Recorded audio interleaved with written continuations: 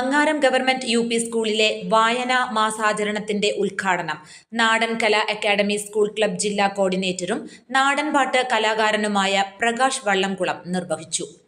School management committee chairman KH Shiju അധ്യക്ഷനായിരുന്നു.